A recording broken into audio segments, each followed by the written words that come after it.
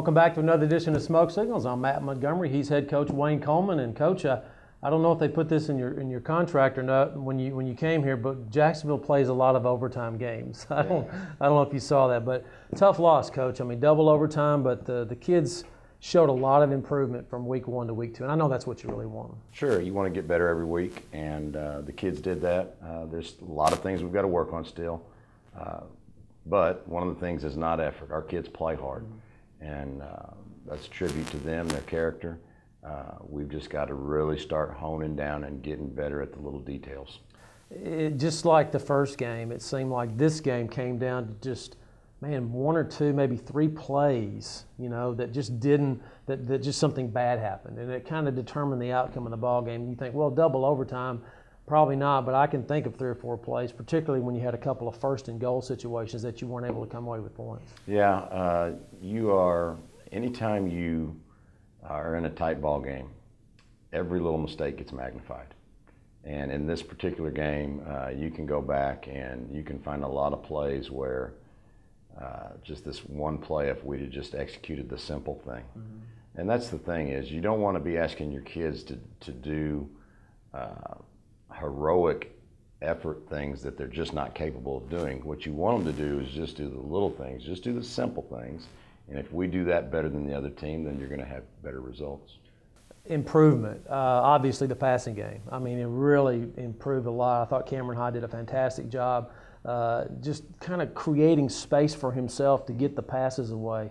And the receivers did a good job catching the ball as well. Yeah, I mean, we're working on it, and we're moving kids around. And when you've got a new program, a new system, you're going to be, early in the season, you're going to be moving a lot of kids around. And a lot of our improvement was we're starting to get kids into the right positions. And we're going to move some more kids this week, especially in the special teams. We're going to make some moves.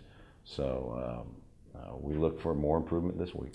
Over 400 yards of total offense, better than the first week, so you got to feel good about that. Defensively, Coach Kennedy, the defensive coordinator, made a few changes somewhat, if you will, and the rushing defense was still pretty good, but they had a couple of cats that could run the football, and the passing game was better too as well. Yeah, we played a little better on our pass defense. You can't give up the big play, and you got to make them work for their touchdowns. And there was 2 instances where they just didn't have to work very hard. After a game like that, a tough loss and double overtime, kids' attitudes. I know that you've been pleased with the practices so far and the way the kids came in the next morning on Saturday and just good attitudes. Yeah, the kids know that we're doing the right things. They know that we're pushing them to fix the little things. They understand that more games are given away than won. And we're 2 for 2 now on giving games away, doing silly things. But their attitude has been great. They came in. We had a great Labor Day practice Monday afternoon. We had a good turnout. The kids worked really hard. Probably our best Monday practice of the year. So their dobbers aren't down. They know that they've got a great chance to get their first win this week at home. Well, it is the home opener, and Mount Pleasant's coming to town, and this is a team that's also 0-2. They were beaten last week by Liberty Ilo, 49-21, and they've struggled. Their program has really been down as well too, and I hate to say, boy, it's good to have a program like that coming in that's also struggling, but they're also a football team that's very dangerous. They can make things happen. They always have good speed. Talk about Mount Pleasant and what they do well. Yeah, they've played 2 really tough opponents. Yeah. Paris and Liberty Ilo are very talented football teams. So they've played some tough competition. They've played tougher competition than we have. So they may be a little more battle tested from that standpoint. On the other hand, we've been in closer games. Our kids are going to be used to the close game, and it's going to be a close game. And so hopefully a little bit of that experience that we got last Friday night will help us this week. They're a spread team. They run a 4-3 defense. They try to keep everything in front of you. I look for us to be able to run the football. Yeah. When we've been doing these shows for so many years, and I used to come in and say, what are they going to do on offense? And I don't ask that anymore because Right. everybody runs the spread. Sure. I mean, just Sure. it's unusual if somebody go, oh, they're going to be in an I formation and they're just going to run right at you. Nobody does that. So, I mean, you guys are used to that. You've seen that. And so it's all about improvement because you're going to have the bye week after this week. And so talk about the progress from week 1 to week 2 and what you want to see this week in week 3. This week, I think we're really focusing on our special teams. We felt like they hurt us quite a bit last Friday night, and we've got to find a way to fix the little mistakes. They're not big glaring mistakes, and what happens is a play takes place in a game, and you don't perform your job well. You do incorrect technique, and you get away with it because the ball happened to go to the other side of the field on that play. Yeah. So then the next time the same situation arises, you use the same poor technique because you got away with it last time. But this time the ball came your way, and now you're in trouble. And so you got to get out of those bad habits. You have to believe in the importance of doing your job correctly and not taking a play off and say, well, this play, I'm not going to do it. You have to do it every single play. In most games, there's between 180 and 200 plays. That's a lot to ask a 16-year-old boy to do it right that many times. And most of the kids aren't on the field, but there are some kids that are on the field for 70 or 80 plays. Yeah. And they've got to lock in and do their job correctly. Yeah, you hear about the different levels of football from high school to college to pro, and that's one of the big things they say is you cannot ever take a play off. You always have to do the same thing over and over and grind and do that repetitive thing over and over again. And it's easy to kind of get distracted and, maybe see somebody in the stands or something. Sure. You can't take off a play because if you do, the long touchdown pass I'm thinking about, things like that. Sure. You got to do your job. And in saying that means you have to trust the guy next to you to do his job. Because as soon as you start thinking, well, I got to help my buddy because of what happened the last play, that's when you're going to get in trouble and you're going to get caught not doing your job, and then the whole team's got to pay. Yeah, so many people I think put so much emphasis on, oh, they have great athletes on that team, but it's people I don't think take into account the fact of working together and the teamwork. And you may have a guy more talented right here, but it doesn't matter if he's always trying to cover for this guy that he thinks is less talented. That's a problem. It is a problem, and a great example of the less talented kid is our offensive line right now is playing really well. They're not the most talented kids on the team, but as a unit, as a group, they trust each other, and they know that the guy next to him is going to do his job correctly. And so that group of kids on our team is playing really well right now because they believe in the guy next to them. A lot of people will look at the fact you said a moment ago that you're moving people around still, particularly in special teams, but that doesn't necessarily mean that the kids that were there haven't performed as well. You're still looking for that mixture that goes into the cake that makes it taste so well. Sure. Because ingredients. Yeah, because as a coach, when you watch the video and you see a kid do it right, the first play of special teams in the first quarter, but he's doing it wrong in the third or fourth quarter.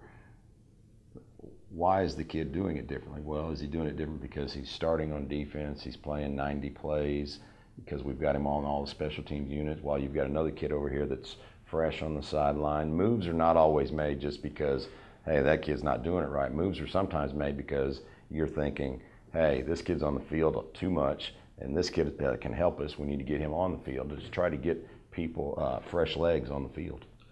You talked about process a lot since you've been here, and it's been a couple of games, and I know a lot of fans, a lot of people look at that and say, oh man, they're off to a rough start, but you don't really see it that way. As long as the process, you can see that process moving along and getting the players indoctrinated into your system and your coaching staff system. So I know you feel strongly about this process idea. Right. The thing is this: if we were undefeated right now, it really wouldn't matter in the long run, because being 0-2 or being 2-0 should have no effect on how you approach each practice. But human nature tells you that if you would have won that game in double or triple overtime last Friday night, you might not have come and worked out quite as hard on Labor Day. You might have thought, hey, we're getting better, I don't have to work as hard. And that's not the right way to approach it. Even when you lose and you say, well, I'm going to work harder, that's not the right way to approach it. The way to approach it is, I'm going to work hard every day with the same intensity, whether I won or lost, and I'm going to find everything I can find that I didn't do right, and I'm going to fix it. And that's the only way you're going to get better. And what's going to happen, I told the kids, I said, what's going to happen, man, if you keep fixing the little things, we're going to get on the bus one night, and you're going to look at each other, and you're going to say, can you believe we beat those guys? And I'm going to turn around and say, of course you did. You did all the little things right tonight. Yeah. And that's what you're shooting for. That end result of follow the process and you'll find a good result. It's funny you talk about if we were 0-2 versus 2-0, because last year Jacksonville started off 3-0. Sure. And played Ennis in the first district game very well, and 3-1. You go into that next game, and then the wheels fell off, and they finished. Fighting Indians went 1-6 the rest of the way. So early wins are great; they feel good, but sometimes they give you a little false sense of security, maybe about where you are in this process that you talk about. So well, it's hard when you're winning. It's hard when you win a game to go in, sit down in the coach's office, have a staff meeting, and say, "We got to change this. We got to change this. We got to change." Not very many people win and then go in and say, hey, we got to change this. Yeah. It's a lot easier when you don't get the W to go in and say, what's really going on here? What do we really need to fix? And so we are going to get better because of the losses, because of the human nature of, I'm going to really grind now. I'm going to really focus on the little things. You mentioned how well your offensive line is playing as a unit. That's obvious the way that the Fighting Indians have been able to run the football the last couple of weeks. Ran into a few cramps last week, and you had to put some different people in the ball game. I know you're pleased with the progress of the passing game from week 1 to week 2 especially, and your quarterbacks came in, I think, and did really well. Yeah, it was really good to see Isaiah come in the game and execute. He had a rough start on his first series, but then Cam got a little banged up, and our intentions are to keep playing Isaiah and keep playing both quarterbacks, because especially in this tough district, especially as much as we run our quarterback, guys are going to get banged up. So they're both going to have to be able to play. And for Isaiah to run right off the bench, run out there and run the ball in for a touchdown, that was a great sign for us. Defensively, Dedrick Tatum, of course, had a monster game, and Xandrick Morrow played very well. And boy, I like the young sophomore, Josh McDowell, coming in and stripping that football right when you needed it. And it's good to see players make plays when you need them like that. Yeah, and the thing about that is we have a thing called Turnover Tuesday. So the point of emphasis on Tuesday on defensive practice is take the ball away from the other team. And which you have to kind of have, give the kids goals, as they practice. And the rip drill that Josh performed to perfection on that play, it was very encouraging to see that happen. And what happens is once Josh has had success doing that, you'll see Josh doing that a lot more now. Yeah, it'll work. It works. Sure. What they showed me in practice works. Exactly. So that's the keys. Well, Coach, there were several highlights in the ball game against Palestine. Let's take a look at those right now. Okay. Yeah, we got an inside zone run and play called there, and Wuda bounces out the back door and makes a great run. The offensive line did a great job there. Tough play here. Yeah, another little thing, getting a player late on the field. Jacoby did a great job just stepping in and getting onto the field to get our 11th guy on there, but that's not being aware on the sidelines of what's going on in the football game. And you've got to be locked in, so we end up with the wrong person out there, and ends up being a big play in the game. Okay, this is just poor coaching on my part right here. We had run the same play the play before, and the inside route had been wide open, so I told the quarterback to look over the inside. But it ended up, because they had double covered Cash up the sideline the play before. Yeah.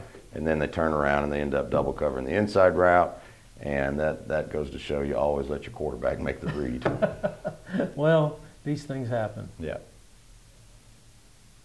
Here's a great play. This is 4th down too, isn't it? Yeah, this is 4th down and 22, I believe. And we saw some single coverage on the backside of trips there with Cash, so we had a play set up where we could roll to the left and throw the post backside and hopefully get a big play there. And here's the last play of the ball game here. So close.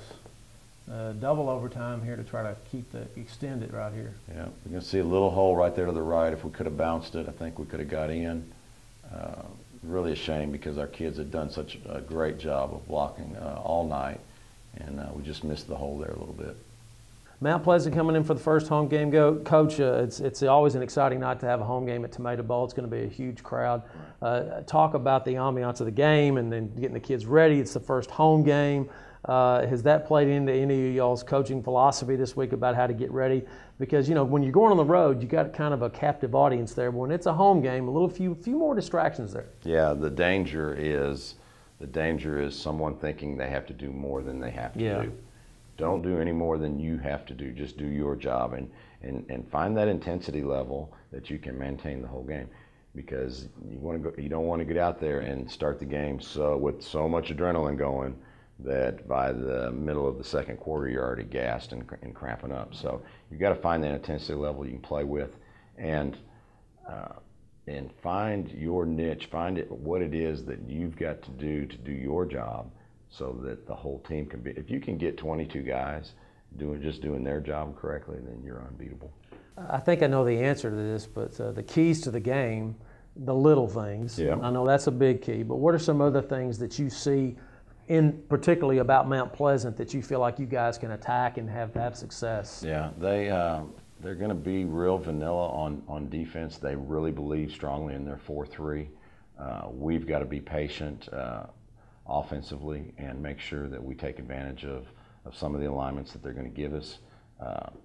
Their game really is keep the ball in front of you, so they're going to take away the downfield passing, and so we've got to be patient there, not try to force things there. Just because you threw the ball last week doesn't mean you have to go all crazy and air it out. Our game really is ball possession football, which we've done a great job of the last two games. Yeah. Keep the ball and don't let the other team have the ball. Your time of possession last week, I think it was 28 minutes, and it was 18 for Palestine. Right. That's a pretty good spread. Yeah, we've done a great job of that. So we've got to keep doing that. We've got to continue to work on our up-tempo offense, which helped us a lot last week.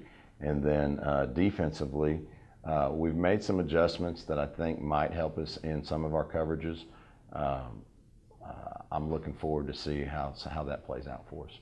Well, it's the home opener, Jacksonville versus Mount Pleasant at Tomato Bowl. Kickoff is at 7:30. We'll be on the air in 103.9. At 7 o'clock, we'll have the Wayne Coleman Show. Hope to see you out there Friday night. For head coach Wayne Coleman, I'm Matt Montgomery. We'll see you next time right here on Smoke Signals.